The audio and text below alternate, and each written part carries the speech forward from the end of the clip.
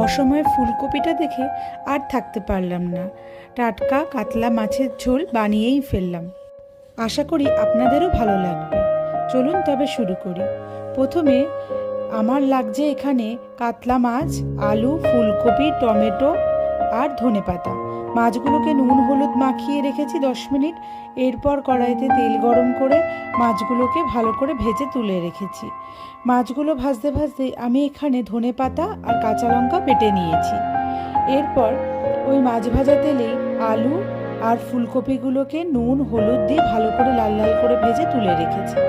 কড়াইতে সর্ষের তেল দিয়ে তাতে কালো জিরে সোমবার দিয়ে দিয়েছি।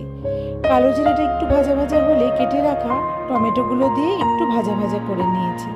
এরপর একে একে ধনেপাতা বাটা, কাঁচা লঙ্কা বাটা দিয়েছি 2:1 অনুপাতে, মানে 2 চামচ ধনেপাতা হলে 1 চামচ কাঁচা লঙ্কা বাটা।